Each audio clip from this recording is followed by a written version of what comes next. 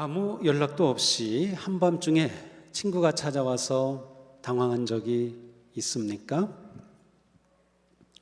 요즘은 핸드폰을 가지고 있으니 그럴 일은 거의 없을 것 같습니다.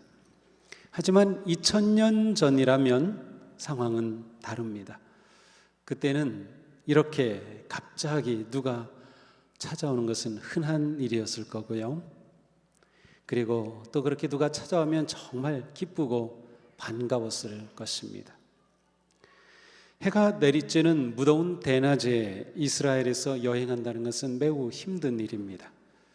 그래서 여행하는 사람들은 대체 오후에, 저녁에, 때로는 밤에 여행을 하곤 했습니다.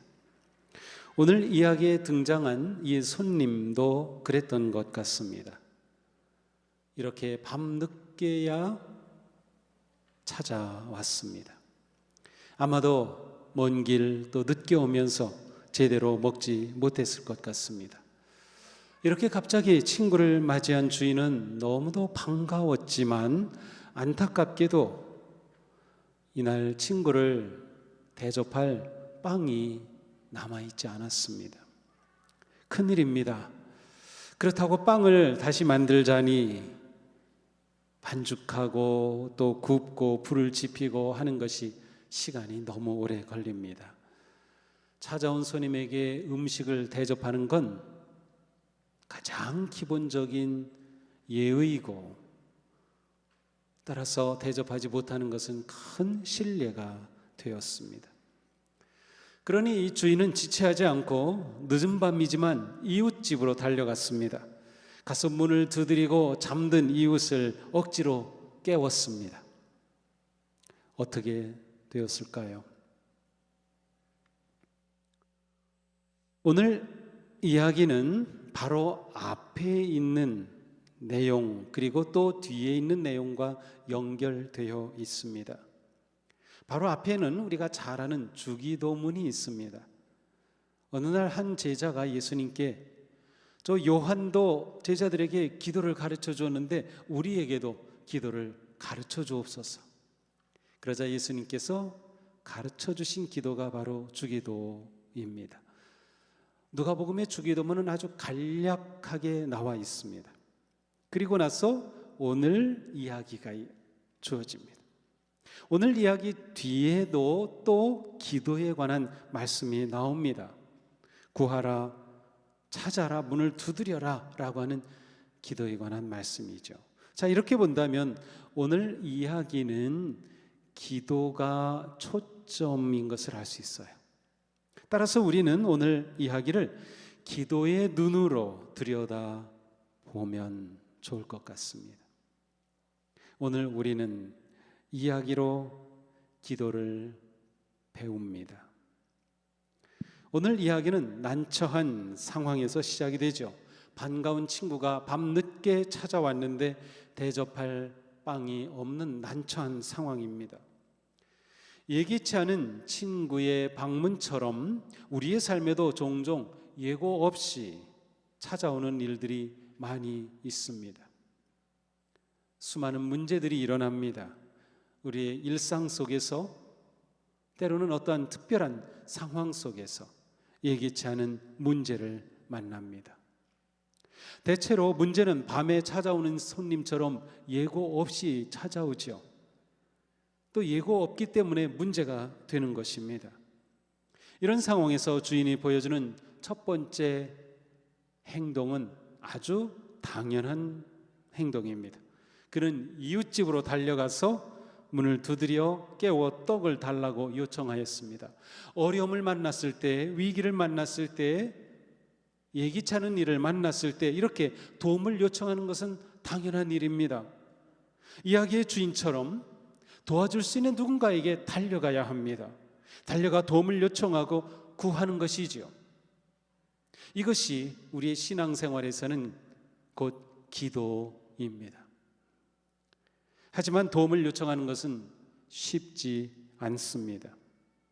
도움을 요청하려면 자존심이 상해야 하고, 자신의 나약한 모습을 보여줘야 하고, 자신의 부족함을 인정해야 하기 때문입니다.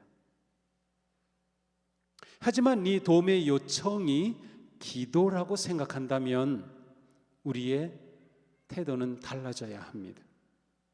자신의 부족함과 연약함과 어리석음을 기꺼이 인정하면서 하나님의 도움을 구하는 일은 지체되어서는 안 되기 때문입니다.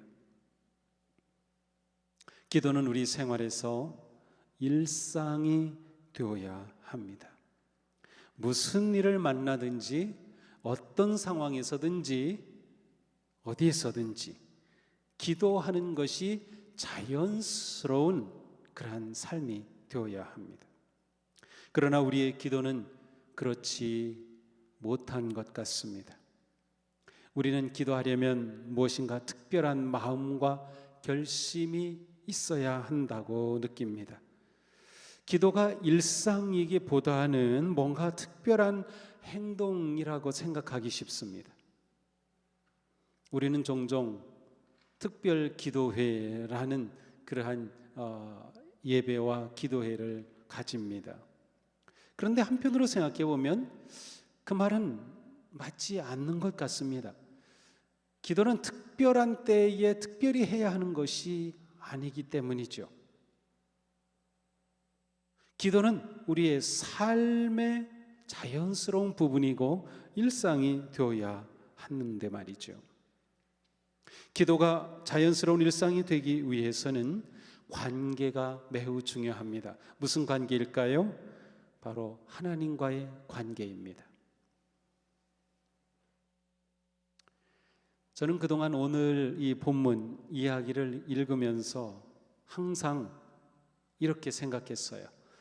어떤 주인이 빵을 달라고 요청하였을 때 이웃집 사람이 빵을 줄 수 없다고 대답했죠. 저는 이것을 굉장히 부정적으로 보았습니다. 이 집주인과 이웃 사이의 관계가 좋지 않았던지, 친한 사이가 아니든지, 아니면 이 이웃집 사람이 마음이 좀 완고한 사람이든지, 좀 뭔가 이렇게 부정적인 그러한 느낌, 그러한 생각을 하였습니다. 그런데 이번에는 이 이야기를 계속 곱씹어 보면서 오히려 정반대로 생각하게 됐어요. 이 주인과 이웃집 사이의 관계가 정말 좋았고요, 형제와 같은 관계였다는 생각을 하게 되었습니다. 밤 늦은 시간에도 문을 두드릴 수 있는 관계, 잠자는 것을 깨워야 하는 무례함을 무릅쓰고서 잠을 깨울 수 있는 관계, 이웃도 자기에게 그렇게 요청하는데 나 지금 아이들 자고 있어, 이럴 수 없어, 그러니 할 수 없다고 기꺼이 거절할 수 있는 관계, 이게 보통 관계가 아니라는 생각이 들어요. 만약 이렇게 가까운 관계가 아니었다면 옆에 사는 사람이 와서 지금 손님이 왔는데 빵이 없으니 좀 빵 좀 세 덩이만 좀 구워 달라고 하는 그 정중한 요청에 쉽게 거절하지 못했을 거예요. 어떻게 거절합니까? 이웃이 왔는데. 그런데 너무도 친한 사이였으니까 그렇게 말할 수 있었던 것 같습니다. 기도가 일상이 되려면 하나님과의 관계가 친해야 합니다. 좋아야 합니다. 하나님이 저 멀고 높은 곳에 계신 분이라고만 생각한다면 기도는 힘든 일이 됩니다. 그러나 하나님이 우리와 함께 하시는 은혜와 자비의 아버지이시라면 우리는 언제든지 하나님께 기꺼이 다가설 수 있고 기도할 수 있고 요청할 수 있고 나아갈 수 있습니다. 사실 하나님은 우리와 무진장 가까워지기를 원하시는 분이셔요. 어느 정도인가 하면 우리와 친해지시려고 하나님께서 인간의 몸을 입고 이 땅에 오셨어요. 그리고 하나님과 우리 사이를 멀어지게 만드는 죄의 문제를 해결해 주시려고 예수님께서 십자가에 달려 돌아가셨어요. 그만큼 하나님은 우리를 사랑하시고 우리와 친하고 우리와 가까워지기를 원하셨던 거예요.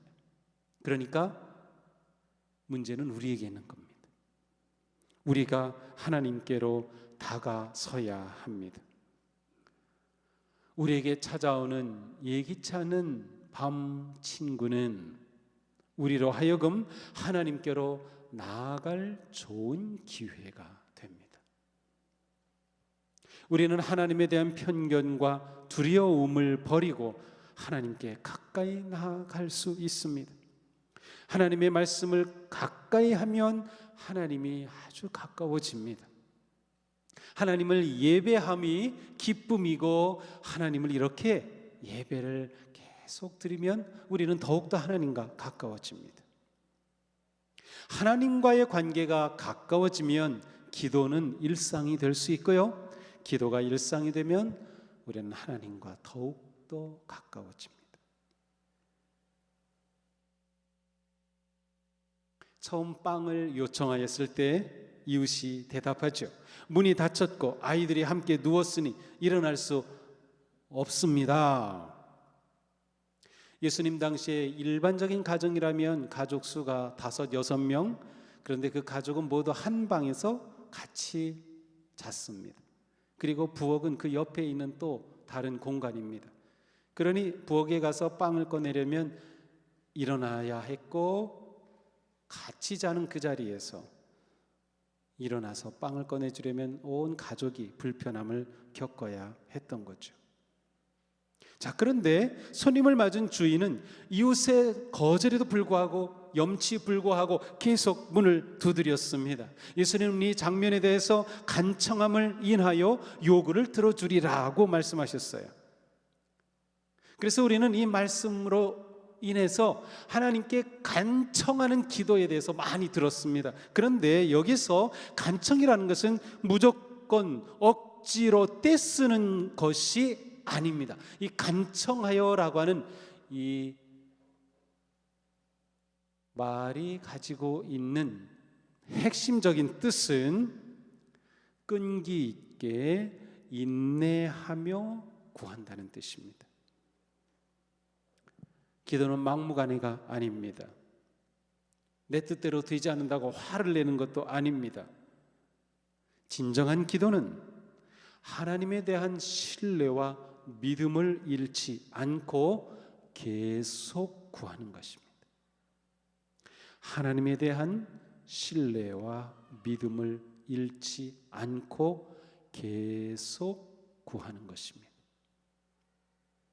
인내하는 기도를 하려면 믿음과 신뢰가 절대적으로 필요합니다. 밤에 친구가 찾아왔던 이 주인은 이웃집에 빵이 있음을 확신했습니다. 빵이 있다는 믿음이 없었다면 인내의 끈질긴 요청은 불가능했을 겁니다.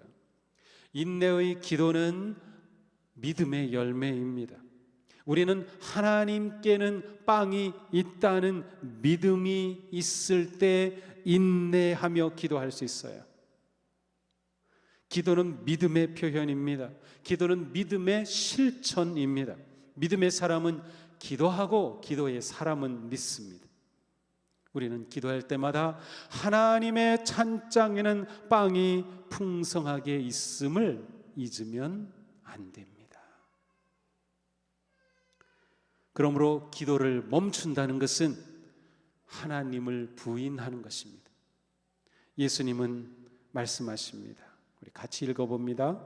구하라 그러면 주실 것이요 찾으라 그러면 찾을 것이요 문을 두드리라 그러면 너희에게 열릴 것이니 구하는 이마다 받을 것이요 찾는 이가 찾을 것이요 두드리는 이에게 열릴 것이니라. 아멘.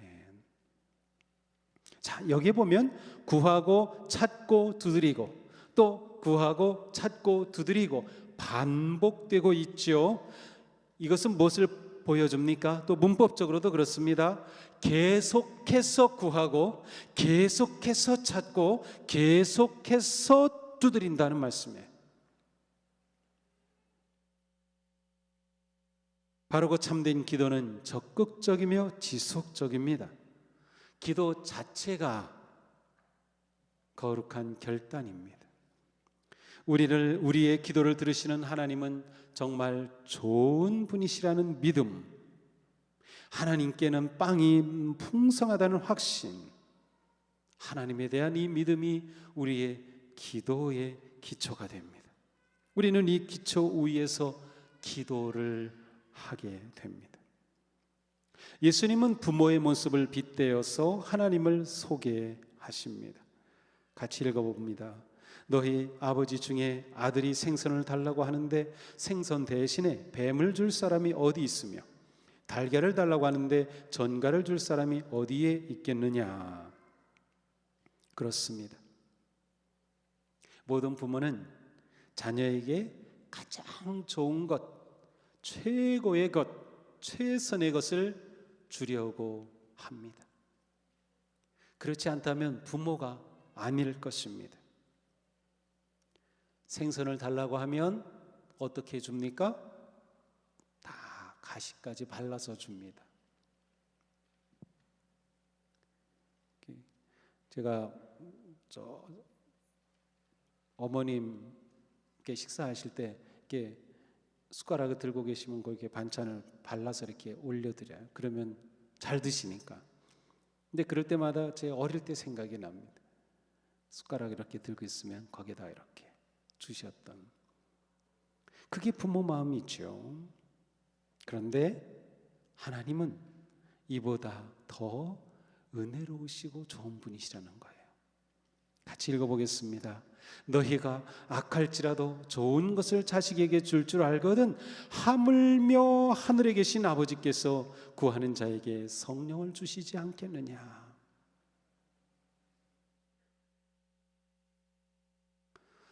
오늘 이야기에 나오는 이웃사람은 좋은 친구였을지라도 결국 끈질긴 요청에 의해 빵을 주었습니다.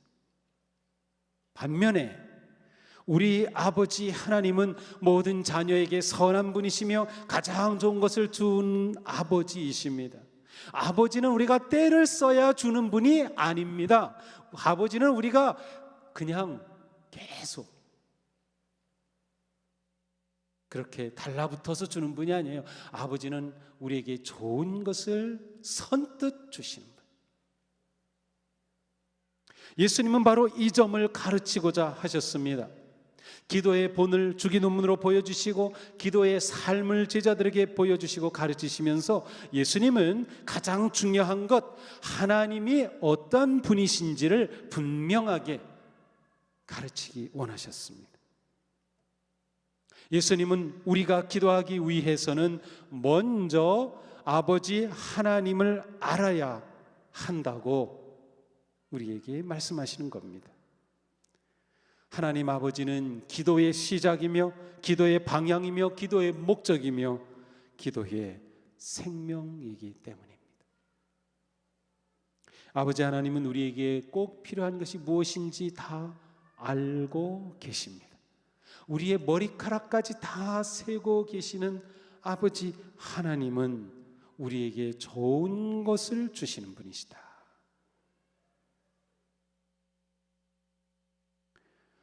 그러므로 우리는 하나님에 대한 이 확신과 믿음, 이 믿음 위에서 기도할 수 있고 기도를 계속할 수 있어요. 우리가 기도했는데 하나님께서 거절하시는 경우도 있어요. 왜 거절하셨을까요? 그것은 그 거절이 우리에게 필요했기 때문입니다.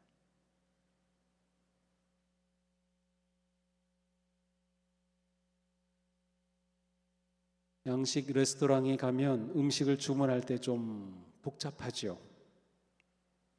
이번에는 치즈를 넣지 말고 빼주세요. 고기를 굴 때는 바짝 태우지 말고 하지만 잘 익게 웰던이라고 합니다. 그렇게 해주세요. 오믈렛을 만들 때는 노른자는 빼고 흰자로만 만들어주세요. 후라이를 할 때에는 그냥 이렇게 다 익게 말고 가운데는 익지 않도록 오버 미디엄으로 구워주세요. 뭐 온갖 이렇게 주문을 해야 그래야 비로소 이제 음식이 준비됩니다. 하나님을 식당에서 주문받는 웨이터처럼 생각하는 성도들이 종종 있습니다. 그래서 음식을 주문하듯 기도합니다. 하나님, 저에게는 요거 주시고 이거는 안 돼요. 하나님, 이때까지 주셔야 돼요. 자기 뜻을 계속 주문하는 것이죠. 그런데 진정한 기도는 자기 뜻으로 시작했는데 기도가 계속되면서 아버지 뜻으로 바뀌게 되는 거예요. 아버지의 뜻이 무엇입니까?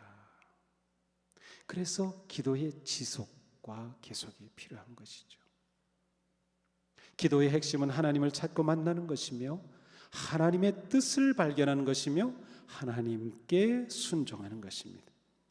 기도는 수단이 아니라 그 자체가 목적입니다. 그러니까 우리가 기도합시다, 기도하자라고 할 때 내가 기도해서 뭐를 얻는 게 초점이 아니라 기도 자체가 목적이에요. 왜냐? 기도는 아버지와 자녀의 우리가 친한 관계를 나누는 것이기 때문에. 이때 하나님은 우리에게 좋은 것을 주시는 아버지가 되십니다. 예수님은 오늘의 이야기를 질문으로 끝내십니다. 구하는 자에게 성령을 주시지 않겠느냐? 우리의 대답은 무엇입니까? 이 질문 속에는 물론이죠, 구하는 자에게 최고의 선물인 성령님을 당연히 주시고요 말고요 확신이 강조되어 있는 질문입니다. 마태복음에서는 막연히 좋은 것을 주신다고 했지만 누가복음에서는 성령님이라고 분명하게 말씀하셨어요. 왜 성령님이 최고의 기도의 응답이고 최고의 선물일까요? 성령님은 우리와 함께 하시는 하나님의 영이십니다. 성령님은 우리와 동행하시는 하나님이십니다. 자, 그렇다면 성령님은 우리와 함께 하셔서 우리가 살아갈 때 바른 판단을 내릴 수 있는 지혜를 주십니다. 우리가 고민하며 기도하는데 성령님이 우리에게 지혜를 주셔요. 또한 성령님은 우리의 속사람을 강건하게 하여 주십니다. 위기와 고난 가운데서도 이겨낼 그러한 믿음을 견고하게 해주십니다. 성령님이 우리 가운데 계셔서 우리에게 믿음의 길을 승리할 용기도 주십니다. 성령님은 우리의 약함을 돌보시며 더 나아가 우리를 위해 간구하시는 하나님이셔요. 자, 그러니 성령님 말고 더 좋은 답이 있습니까? 우리의 삶의 문제에서 갑자기 밤에 찾아온 손님과 같은 위기 가운데서 성령님이 오시면 그것이 가장 좋은 선물이 되죠. 코로나19가 우리에게 하나님께로 더 나아가게 했습니까? 하나님과 더 친하게 만들고 있습니까? 우리의 기도가 계속되는 기도가 되도록 그렇게 우리가 변화되고 있습니까? 코로나19가 우리에게 가져올 이 엄청난 은혜가 될 수 있는 겁니다. 사랑하는 성도 여러분, 어떤 어려움 속에서도 하나님을 신뢰하십시오.